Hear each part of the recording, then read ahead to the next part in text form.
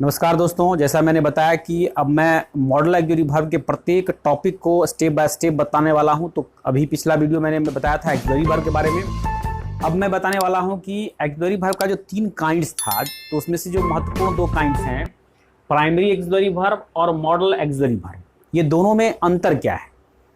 इस दोनों के अंतर को देखने के बाद जो है सो हम लोग डायरेक्ट आएंगे मॉडल ऑक्सिलरी वर्ब पर और टॉपिक बाय टॉपिक उसको पढ़ेंगे। तो पहले देख लीजिए, मैंने यहाँ पे लिखा है difference between primary auxiliary verb and model auxiliary verb.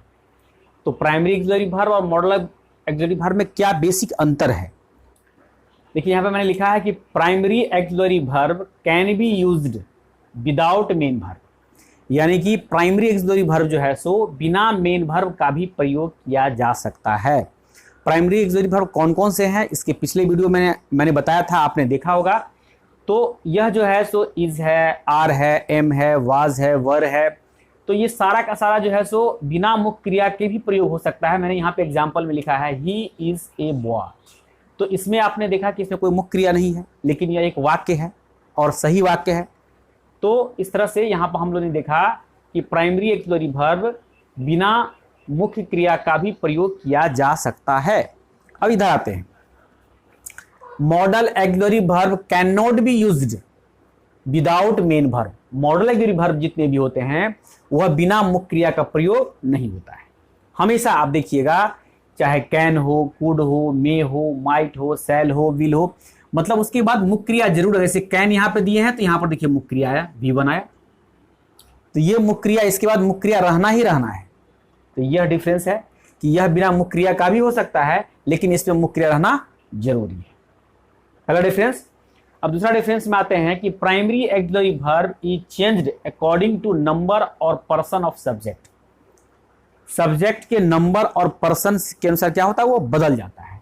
जैसे यहाँ पर देखिए थर्ड पर्सन है, सिंगुलर नंबर, तो इज लगा। बाकी सब सेम, यहाँ पर देखें प्लेइंग प्लेइंग प्लेइंग सब है।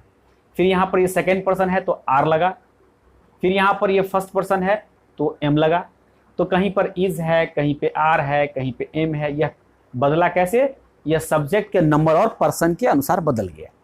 लेकिन इसमें जो हम देखते हैं, model auxiliary verb is not changed, नहीं बदला जाता है अकॉर्डिंग टू, के अनुसार, नंबर और पर्सन ऑफ सब्जेक्ट। सब्जेक्ट के नंबर पर्सन से इस पर कोई फर्क नहीं पड़ता है। जैसे देखिए आई के साथ भी कैन लगा, आई कैन स्विम, यू के साथ भी कैन लगा और ही के साथ भी कैन लगा। तो इसमें सब्जेक्ट के नंबर और पर्सन से कोई मतलब नहीं होता है, इससे कोई प्रभावित नहीं होता है। ठीक है। अब फिर आते हैं 3 नंबर में, primary auxiliary verb follows any form of verb.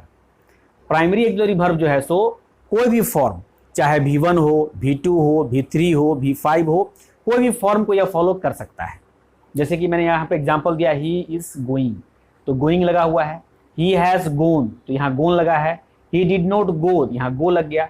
यहाँ पर V1 है, यहाँ पर V3 है, यहाँ पर V5 है, यानी कि अलग अलग फॉर्म को यह फॉलो कर सकता है। लेकिन इसमें यदि हम आते हैं तो आप देख सकते हैं, मैंने लिखा है कि modal auxiliary verb follows bare infinity. हमेशा बेयर, बेयर इन्फिनिटी मतलब बिना इन्फिनिटी, बिना टू का, अर्थात V1। समान अर्थ में इसको समझिए कि जब कभी भी मॉडल ऑक्सिलरी वर्ब होगा उसके बाद वर्ब का पहला रूप ही लगेगा। ठीक है, उसको बेयर इन्फिनिटिव कहते हैं हम लोग। तो ये बेयर इन्फिनिटी मतलब सामान्य अर्थ में कहिए कि वर्ब का पहला रूप लगेगा। तो he can go, he will go, they should go. सिर्फ 2 होता है, यूज्ड टू और आउट टू। यह 2 ऐसे मॉडल ऑक्सिलरी वर्ब के साथ टू लगा रहता है, ये एक्सेप्शन में हो गया। ठीक है। फिर चौथा जो अंतर है वह है the past form of primary auxiliary verb is not used in present time.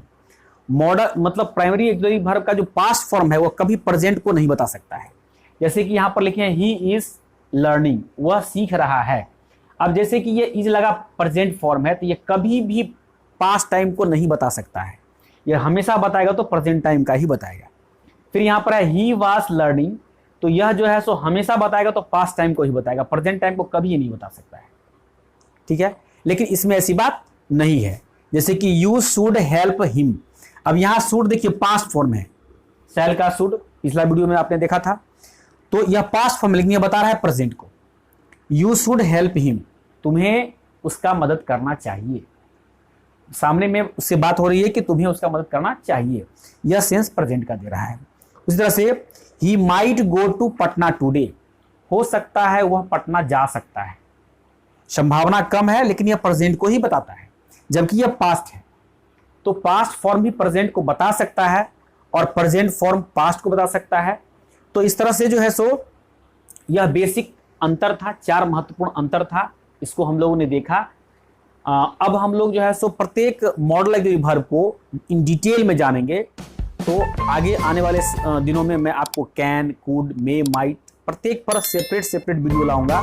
निश्चित रूप से देखिएगा और आप अपने ज्ञान को बढ़ाइएगा, क्योंकि इससे संबंधित सवाल जो है सो एग्जामिनेशन में पूछा जाता है और इंटर के एग्जामिनेशन में तो निश्चित रूप से पूछा ही जाता है। तो इसको गौर से आप लोग देखिएगा।